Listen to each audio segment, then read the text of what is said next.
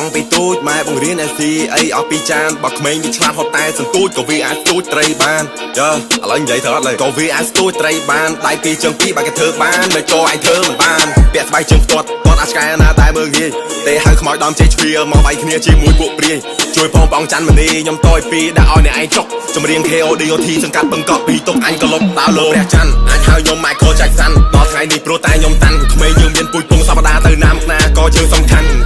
តែមិនទាន់បញ្ចប់ខំប្រឹងដល់ថ្ងៃគេកប់រឿងខ្មែរជាតិនៅបន្ទប់តែហប់ដល់យើងបបអួយហើយជួតកញ្ចក់យូរវ័យ18ក្តីសម័យនៅពេញខ្លួនហើយយកទឹកភ្នែកមកស្រោចតំណាំស្រោចផ្កាសួនចម្រៀងខ្ញុំគឺជាកាហ្វេខ្មៅនៅពេលព្រឹកសូមយកបេះដូងអ្នកយកមកស្ដាប់ហើយយកក្បាលយកមកគិត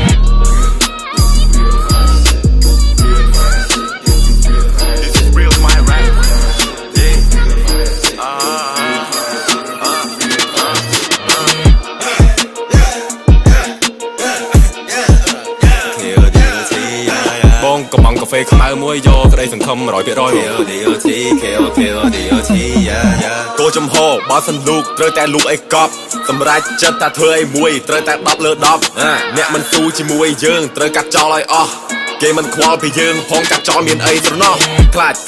ចគេអន់ចិត្តតែគេអត់ខ្លាចយើងអន់ចិត្តផងថ្ងៃដែលមានងងឹតគ្មានអ្នកណាចង់ឈរចិត្តយើងផងពេលបើកមាត់និយាយសុំមេត្តាឆ្លងកាត់ឡាតែសាភ័ក្របើជើងគេដើរមើលចង់ដឹងដើរបានប៉ុន្មានម៉ែត្រទោះបីពេលនេះពួកយើងមិនទាន់ហែលដល់ត្រូវរាល់ថ្ងៃមិនទាន់មានអីផងពេលចូលដេកឲ្យចេះខ្មាស់ខ្នើយដំណើរជីវិតកំសត់តែពួកយើងមិនកំសាកឡើយអញ្ញាកដាលថែម4នាទីឬ5នាទីត្រូវលេងបងហើយបើដើរត្រូវគឺយើងជោគជ័យបើបរាជ័យត្រូវដើរម្ដងទៀតគ្រាប់ពេជ្រវាមានតម្លៃព្រោះគ្រាប់ពេជ្រដោះដោយសារសម្ពាធឆ្លៀតដើម្បីគ្រួសារឆ្លៀតដើម្បីមហិច្ឆតាសូមចាំនៅក្នុងសៀតកម្មមនុស្សស្រឡាញ់យើងគឺសំខាន់ណាស់លុយគឺមិនអាចទិញភាពស្មោះត្រង់មនុស្សស្រីស្រឡាញ់យើងពិតមិនខ្វល់ជិះឡានឬជិះកង់ហើយមនុស្សប្រុសដែលចេះតស៊ូនឹងលើកមុខមាត់នៃស្ត្រីដែលនៅជាមួយយើងយូរនឹងលើកមុខមាត់របស់ប្តី Let's go